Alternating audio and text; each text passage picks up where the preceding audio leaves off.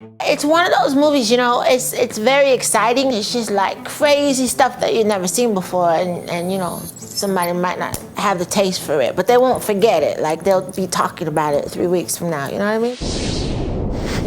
As you might have guessed, we're here at the 50th edition of the New York Film Festival, and one of the big films making its U.S. premiere is Lee Daniels' anticipated The Paperboy, starring Nicole Kidman, John Cusack, Matthew McConaughey, Zac Efron, and Macy Gray, who we had the pleasure of sitting down with. It was always a crazy story, but it was a little more tame on paper, and my part especially was only 2 scenes, I think. So Lee Daniels surprised a lot of people at the New York Film Festival when he announced that Oprah was initially, sought out for the role that you play in this film. Well, he offered it to me, and then he kind of took it back a little bit. Really? It didn't matter. I was gonna get it anyway. I was like all over him. I was calling him every day. I was stalking him. You initially approached Lee Daniels wanting to play this nanny as a Diana Ross type. Well, we talked on the phone. This was at the time I only had 2 lines, so I was trying to really beef up my part, like stand out. So I said, I think I should be kind of the maid that shows up to work really dressed up, like Diana Ross. Like, I wear wigs and I wear makeup and I wear a gown, But then when I got to the set, it was totally different. That's why I don't take them bitches too seriously. They come and they go, and they come and they go.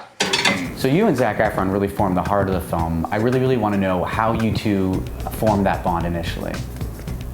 Zac he's very intense. He's really serious about his craft, and he was really serious about the movie, and he's still really open to whatever. You know what I mean? Mm-hmm. So it was easy for him to try stuff out. I was a swimmer when I was in school. No kidding. Yeah. I was a swimmer. You were? Uh-huh. I swim like a mermaid most of my damn career. How was it working opposite Nicole Kidman, who really tramps it up for this role? She was really intense. She was in character, and so was John, and it was just cool to be in an environment where everyone is 1,000%, and completely involved in what they're doing, These your paper boys? Mm-hmm. What are they gonna do for us? They're gonna save you. So you're really the glue that holds this crazy film together. I play a housekeeper, so I just kind of hung around people who did that. So that was cool, and I got to learn how they're usually kind of quiet, they don't say much, and usually kind of irritated, Yeah. Because they don't really want to be mopping your floors and stuff, mm-hmm. and how they know everything about you. And I was playing a girl who had no education, so I kind of talked kind of slowish, mm-hmm. It took me a while to process things. So that was pretty wild doing that.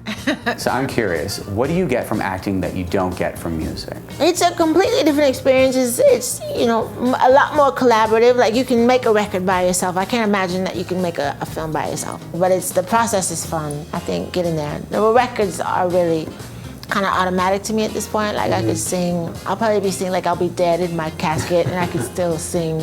Yeah. But acting is still something that I'm working to get better at, so that's fun for me, Yeah. It's still a really great challenge for me.